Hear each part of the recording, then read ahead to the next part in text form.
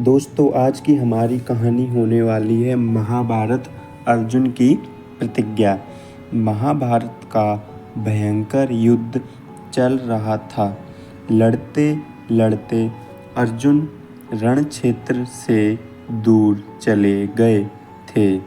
अर्जुन की अनुपस्थिति में पांडवों को पराजित करने के लिए द्रोणाचार्य ने चक्रव्यूह की रचना की। अर्जुन पुत्र अभिमन्यु चक्रव्यूह भेदने के लिए उसमें घुस गया।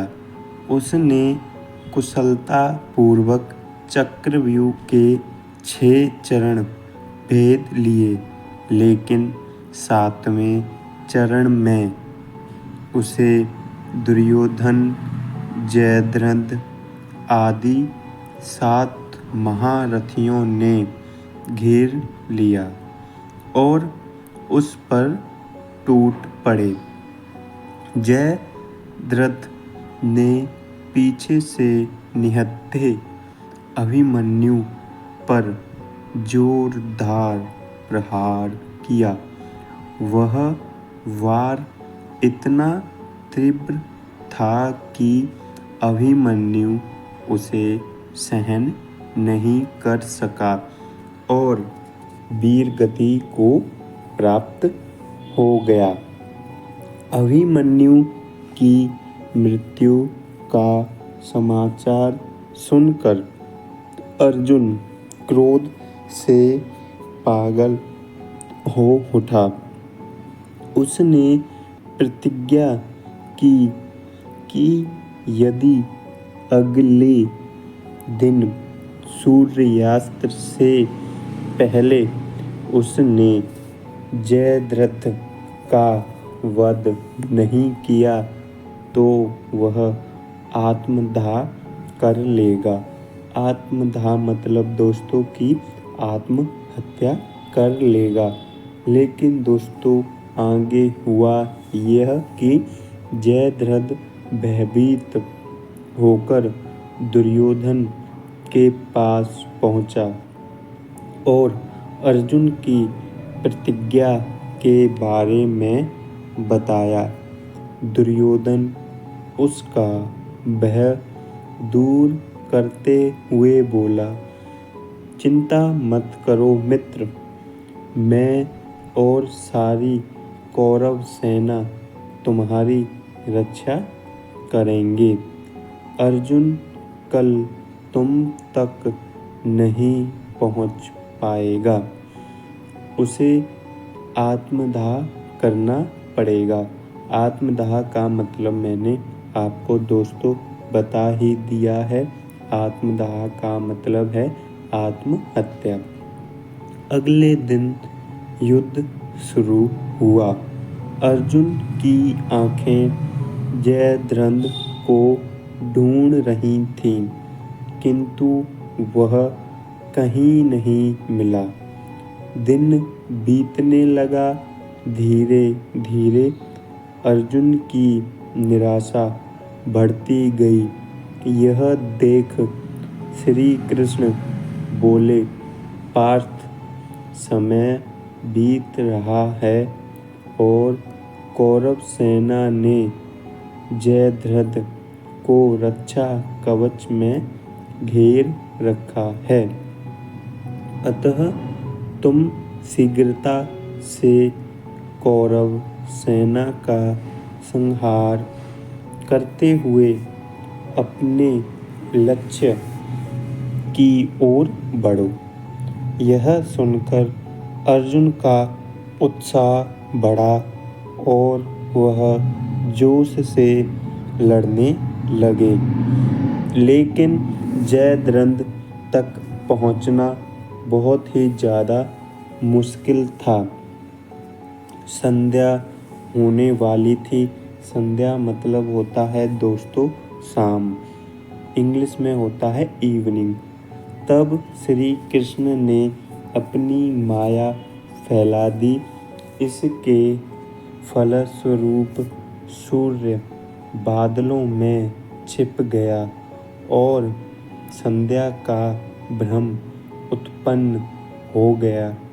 संध्या हो गई है और अब अर्जुन को प्रतिज्ञावश आत्मदाह करना होगा।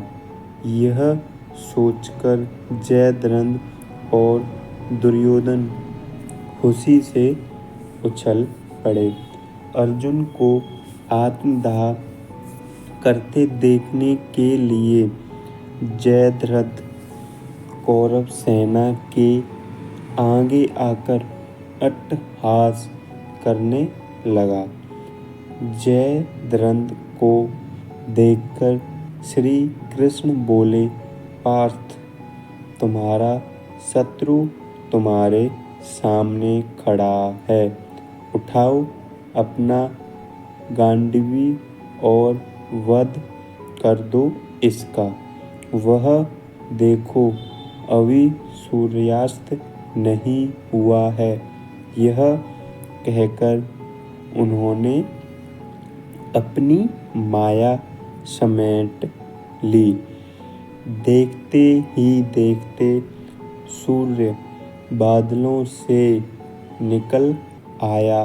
सबकी दृष्टि आसमान की ओर उठ गई।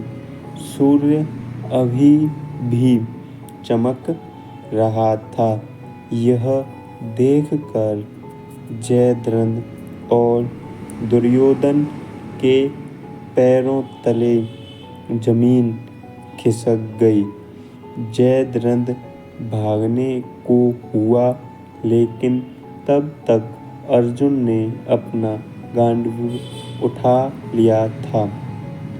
तभी श्री कृष्ण चेतावनी देते हुए बोले, हे अर्जुन, जयद्रथ के पिता ने इसे वरदान दिया था कि जो इसका मस्तक जमीन पर गिराएगा, उसका मस्तक भी 100 टुकड़ों में विभक्त हो जाएगा।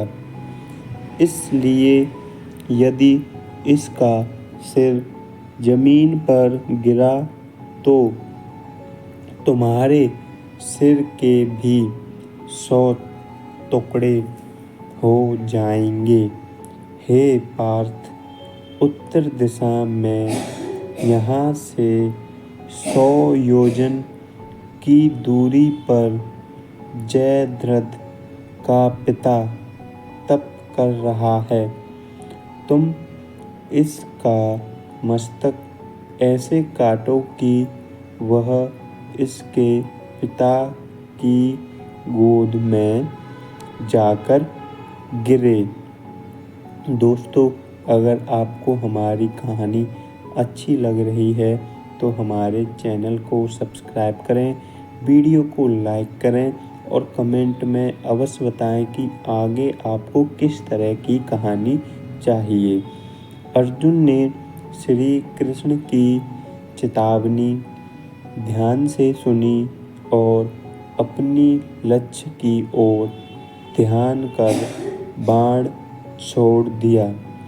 उस बाण ने जयद्रथ का सिर धड़ से अलग कर दिया और उसे लेकर सीधा जयद्रथ के पिता की गोद में जाकर गिरा। जयद्रथ का पिता चौंक कर उठा तो उसकी गोदी में से सिर जमीन पर गिर गया। सिर के जमीन पर गिरते ही उनके सिर के भी 100 टुकड़े हो गए। इस प्रकार अर्जुन की प्रतिज्ञा पूरी हुई।